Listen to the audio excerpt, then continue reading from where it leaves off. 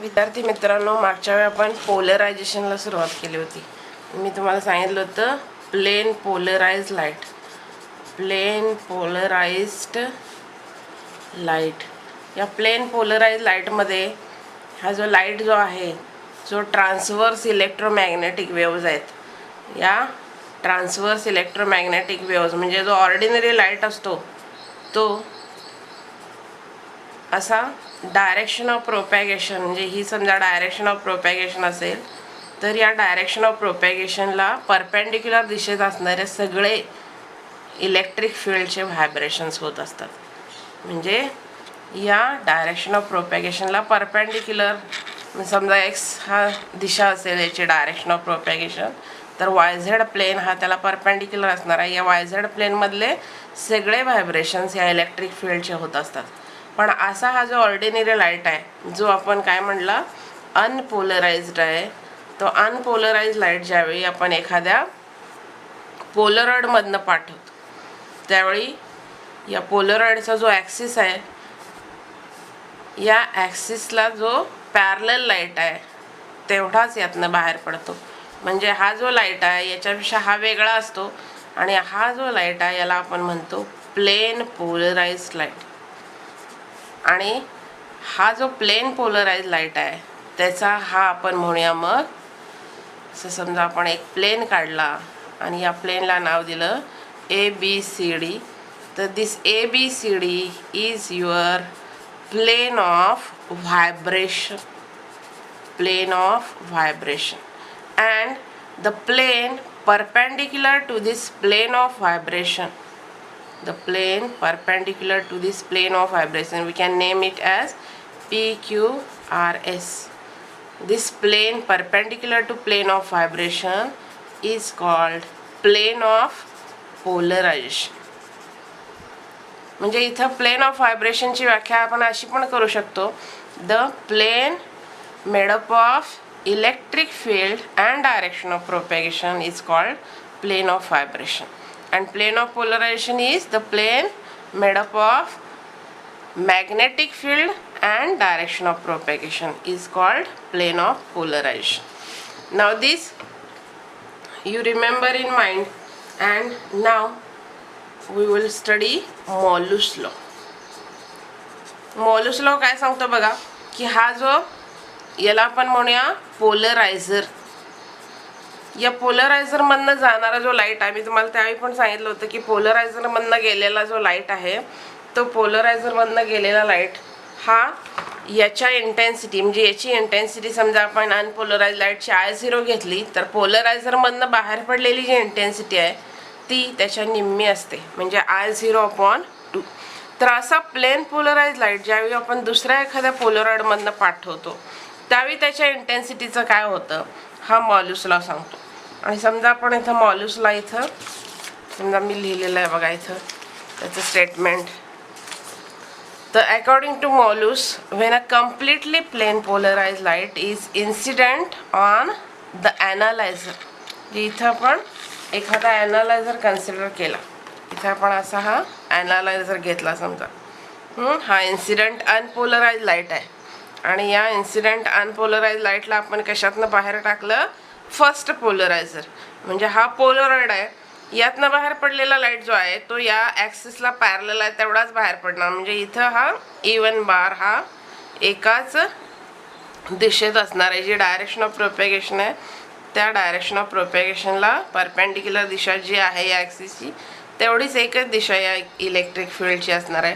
म्हणजे हा E1 बार जो ॲक्सिस ऑफ पोलरायझरला पॅरलल आहे, आणि असा हा जो लाईट आहे याला आपण म्हणणार आहे प्लेन पोलराइज्ड. म्हणजे याची इंटेन्सिटी I0 असेल तर याची किती झाली बघा, I0/2. तर मग हा मॉल्यूसला काय सांगतो बघा, की ज्यावेळी असा कम्प्लिटली प्लेन पोलराइज्ड लाईट हा एखाद्या दुसऱ्या पोलरॉइडवर आपण टाकला, ज्याला आपण आता पोलरायझर असं न म्हणता काय म्हणणार आहे, ॲनालायझर, म्हणजे सेकंड पोलरायझर इज कॉल्ड ॲनालायझर.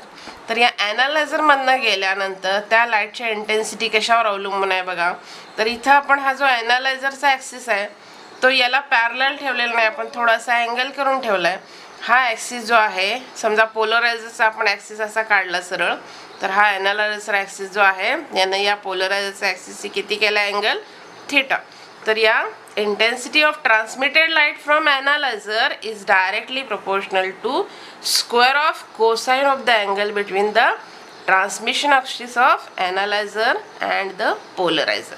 म्हणजे हे पोलरायझरचा ॲक्सिस आपण पी न दाखवला आहे, ॲनालायझरचा ॲक्सिस आपण ए न दाखवला आहे. या दोन्हीमधला अँगल थीटा असेल तर हा बाहेर पडलेल्या यातनं जो लाईट आहे त्याची इंटेन्सिटी समजा आय घेतली आपण, तर I directly proportional to cos square theta.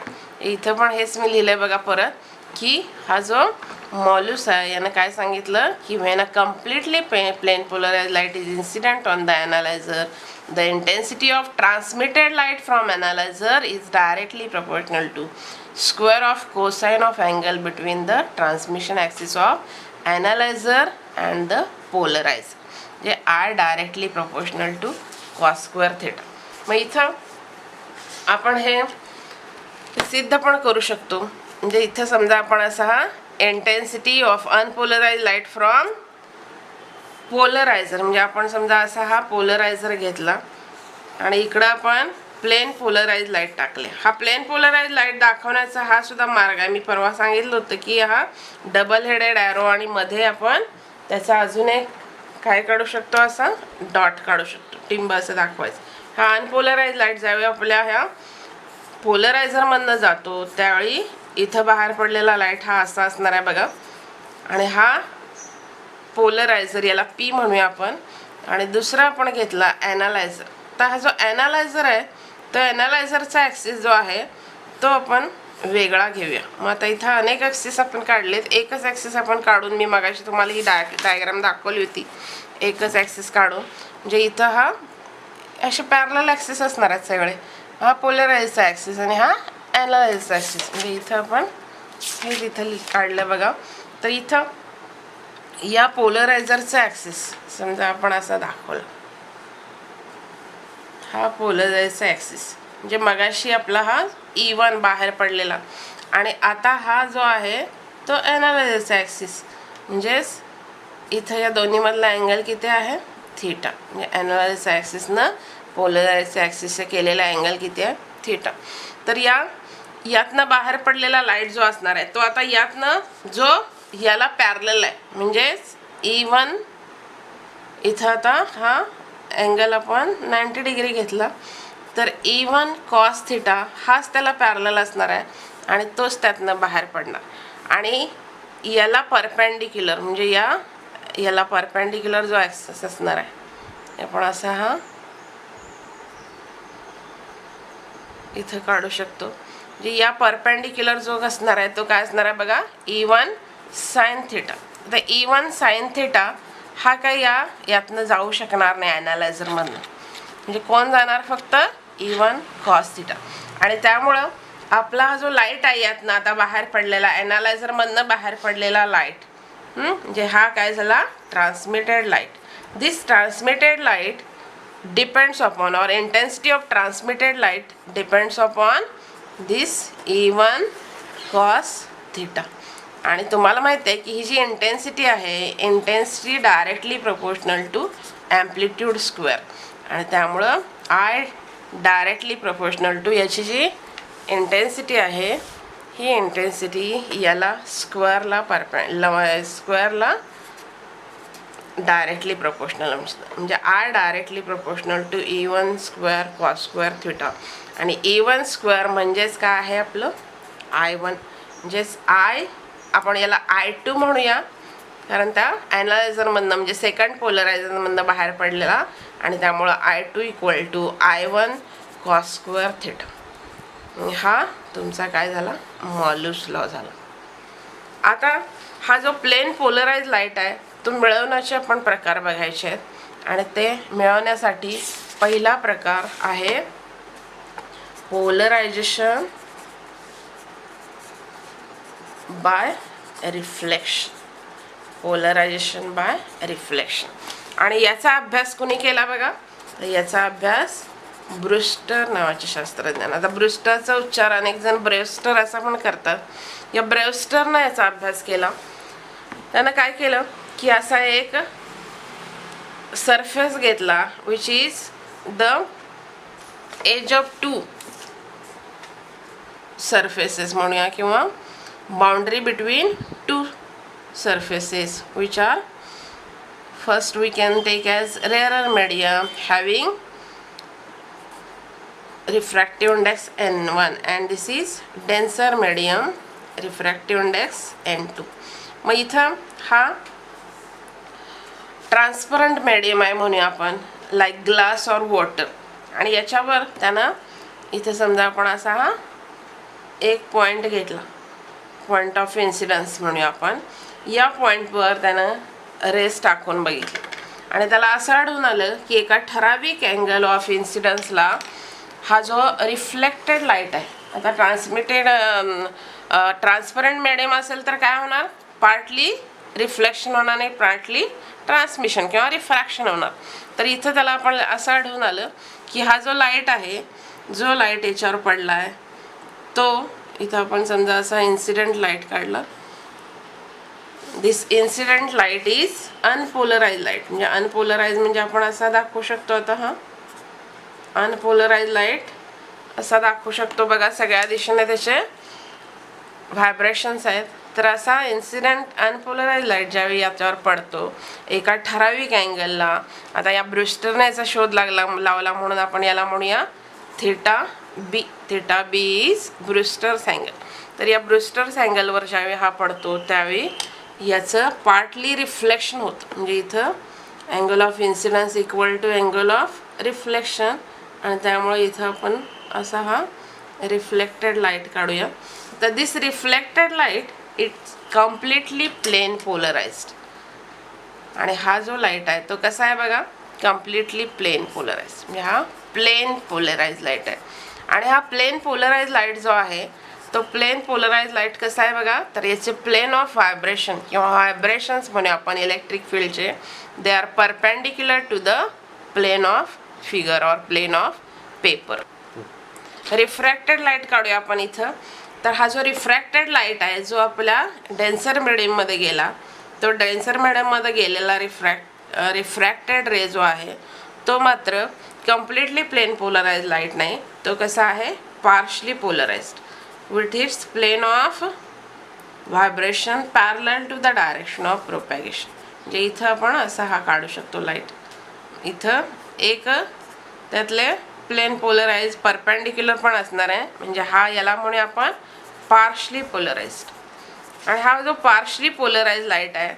तो partially polarise light refracted light आहे त्यानं केलेला जो अँगल आहे त्याला आपण म्हणूया theta R refracted angle of refraction आणि इथं ब्रुस्टरनं अजून एक सांगितलं की हा जो रिफ्लेक्टेड रे आहे आणि हा रिफ्रॅक्टेड रे हे रिफ्रॅक्टेड आणि रिफ्लेक्टेड रे जे आहेत हे दोन्ही एकमेकांना कसे असतात लंब असतात हे दोन्ही एकमेकांना परपेंडिक्युलर असतात मग आता इथं आपल्याला हा ब्रुस्टर्स लॉ काय सांगतो बघा तर या ब्रुस्टर्स लॉचं स्टेटमेंट आपण इथं बघूया समजा मी इथं मुद्दाम लिहिलंय पहिल्यांदा की हा ब्रुस्टर्स लॉ काय सांगतो the tangent of the Brewster's angle आता ब्रुस्टर्स अँगल कुठला इथला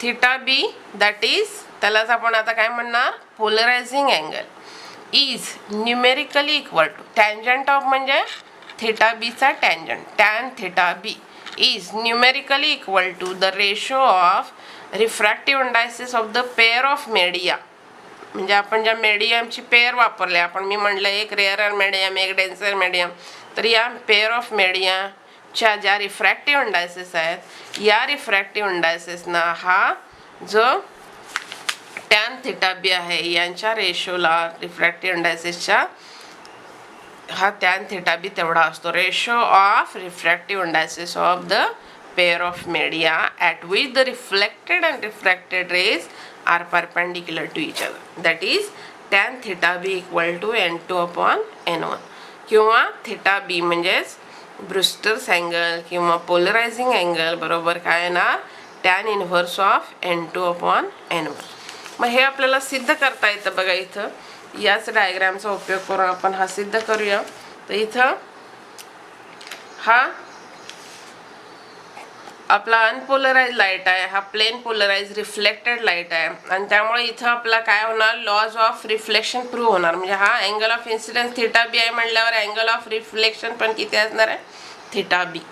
आणि हा थिटा आर काय झाला, अँगल ऑफ स्मॉल आर वापरूया आपण, theta r angle of refraction. आणि हा जो मधला अँगल आहे तो किती झालाय बघा, 90 डिग्री.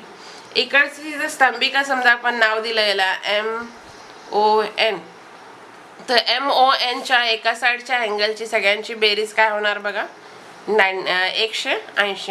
इकडं हा मधला 90 आहे, म्हणजे इथलं हे थिटा बी अधिक थिटा आर बरोबर काय असणार आहे, थिटा बी अधिक theta r equal to 90 degree. मधला हा 90 आहे आणि एकूण अँगल किती झाला हा 180, म्हणजे theta b plus theta r equal to 90 degree. आणि त्यामुळे आपल्याला समजा थिटा आर काढायचं असेल तर काय ना 90 मायनस थिटा बी. आता आपण इथं लॉ ऑफ रिफ्रॅक्शन लावूया. लॉ ऑफ रिफ्रॅक्शन लक्षात आहे का बघा तुमच्या. आपण अशी ही थोडीशी आकृती आपल्या लक्षात ठेवायची. आपण असा हा काढलेला होता, हा अँगल ऑफ इन्सिडन्स आय आणि हा अँगल ऑफ रिफ्रॅक्शन आर. मग इथं याला N1 आणि याला N2 म्हणलं तर N1 sine i equal to N2 sine r, असा आपण हा लॉ ऑफ रिफ्रॅक्शन लक्षात ठेवायचं. आणि याच्यावरूनच आपण काय काढलं, मग इथं आता ही इथं आयच्या ऐवजी काय आहे बघा, थिटा बी आहे. आयच्या ऐवजी थिटा बी आहे आणि आरच्या ऐवजी काय आहे, थिटा आर. म्हणजे काय असणार आहे, N1 sine theta B equal to N2 sine theta r. Therefore sine theta आणि साइन थिटा आर एका बाजूला घेऊया आपण, म्हणजे sine theta B upon sine theta r equal to N2 upon N1. Now what is theta r? Theta r sin theta b upon theta r बरोबर काय आहे बघा, 90 मायनस थिटा बी, म्हणजे sine 90 minus theta B equal to N2 upon N1.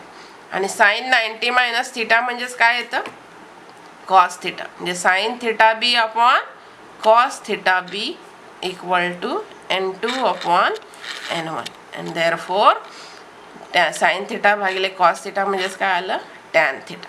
Tan theta B equal to N2 upon N1. And this is your proof of Brewster's law. आणि याचंच आपण परत काय लिहू शकतो, म्हणजे काय आलं, tan theta B equal to N2 upon N1. Therefore theta B equal to tan inverse of N2 upon N1. म्हणजे ह्या दोन्ही पद्धतीनं तुम्ही काय लिहू शकता, तुमचा हा ब्रुस्टर्स लॉ. मागच्या वर्षी काय होतं बघा, तर मागच्या वर्षी N2 अपॉन N1 हा रेशोच्या पद्धतीनं नव्हतं, तर एअर मीडियम म्हणून इथं काय घेतलं होतं, डायरेक्ट एअर ऑर व्हॅक्यूम घेतलं होतं. आणि एअर ऑर व्हॅक्यूमसाठी Nची किंमत किती आहे, 1 आहे. आणि डेन्सर मीडियम आता एकुलते एक आहे म्हणून त्या N2च्या ऐवजी इथं N घेतलं होतं. आणि त्यामुळे इथं tan theta B equal to N असं डायरेक्ट उत्तर राहणार. N2 म्हणजे N आलं, N1 म्हणजे 1, म्हणजे tan theta B equal to N असं लिहू शकतो. किंवा theta B equal to tan inverse of N. N म्हणजे refractive index of that denser medium, because the first medium is air or vacuum. असं आपण मागच्या वर्षीचं जर तुम्ही पुस्तक बघितलं तर त्यात असं आहे. आणि त्यामुळं the tangent of polarising angle equal to the refractive index of the denser medium असं त्याचं स्टेटमेंट पण होतं. पण इथं आता काय झालं, दोन आपण वेगळे मीडियम घेतलेत आणि त्या दोन वेगळ्या मीडियमचं मग काय घेतला, इथं रिफ्रॅक्टिव्ह इंडेक्सचा रेशो घेतला. आणि तो रिफ्रॅक्टिव्ह इंडेक्सचा रेशो किती असतो, तर त्या ब्रुस्टर्स अँगलच्या टँजंट एवढा असतो. म्हणजे इथं आपण समजा तुम्हाला एक्झाम्पल म्हणून सांगायचं असेल, समजा आपण इथं काय घेतलं, तर इथं हवा घेतली म्हणजे एअर घेतली आणि इथं ग्लास घेतली साधी. तर या ग्लाससाठी हा जो थिटा बी आहे तो थिटा बी किती आहे, जवळजवळ 57 डिग्री आहे, 57 अंश आहे. आणि त्यामुळं तो तुम्ही असा हा जो प्रयोग पण करून बघू शकता बघा. तर एका कुठल्याही एखाद्या पाण्याच्या आपण तलावात वगैरे गेलो तर एका ठराविक अँगललाच आपल्याकडे येणारा लाईट जो असतो तो डोळ्यांवर येतो, रिफ्लेक्टेड लाईट. आणि तो जो रिफ्लेक्टेड लाईट असतो तो प्लेन पोलराइज्ड असतो. आता ही एक पद्धत झाली पोलरायझेशन बाय रिफ्लेक्शन. म्हणजे हे जो हा ब्रुस्टर्स लॉ आहे, म्हणजेच हा कुठनं मिळतात बघा, तर इथं only for non metallic substance. म्हणजे हा जो पोलरायझेशन बाय रिफ्लेक्शन हा फेनॉमेनन आहे, हा कशासाठी वापरतात, नॉन मेटॅलिक. मग नॉन मेटॅलिक म्हणजे आत्ताच आपण बघितलं ग्लास, वॉटर असे. मग या ग्लास, वॉटर किंवा एअरमधनं येणारा जो रिफ्लेक्टेड लाईट आहे त्याचा ग्लेअर जो आहे तो ग्लेअर कमी करण्यासाठी आपल्याला हे पोलराइड वापरतात. म्हणजे एरोप्लेनचे पुढे जो पायलट बसतो त्याच्या पुढचे ग्लास असतात, किंवा कुठल्याही चांगले आपले कार असतात त्या कारचे पुढचे जे काचा म्हणूया आपण ड्रायव्हरच्या समोरच्या, या सगळ्या कशाच्या बनवलेल्या असतात, पोलराइडच्या. म्हणजे त्या ड्रायव्हरच्या डोळ्यावर तो लाईटचा ग्लेअर येऊ नये म्हणून. कारण आपल्याला माहित आहे की जो पोलरायझरमधनं जाऊन येणारा लाईट आहे त्याची इंटेन्सिटी ही निम्मी होते. म्हणजे हा प्लेन पोलराइज लाईटचा उपयोग आहे. आणि दुसरा आपला प्रकार आहे पोलराइज लाईट मिळवण्याचा, तर polarisation by scattering of light. तर हे सुद्धा आपण मागच्या वर्षी थोडं बघितलंय. Scattering of light. स्कॅटरिंग म्हणजे काय, तर ज्यावेळी आपण इथं लाईट आपला साधा हवेतला लाईट बघतो, हवेमध्ये काय काय असतात बघा, तर एअर मॉलिक्युल्स असतात, त्यानंतर डस्ट पार्टिकल्स असतात, आणि वॉटर व्हेपर म्हणजे वॉटर मॉलिक्युल्स म्हणूया. जे असे हे जे सगळे स्मॉल ऑब्जेक्ट्स आहेत, या स्मॉल ऑब्जेक्ट्सवर ज्यावेळी सनलाईट पडतो, असे हे जे सगळे छोटे आपण म्हणूया सूक्ष्म कण असतात वातावरणात, या सूक्ष्म कणांवर ज्यावेळी लाईट पडतो त्यावेळी हा जो लाईट आहे तो लाईट असा स्कॅटर्ड होतो. तुम्हाला स्कॅटरिंगची व्याख्या पण मी मागच्या वर्षी लिहून दिली होती बघा.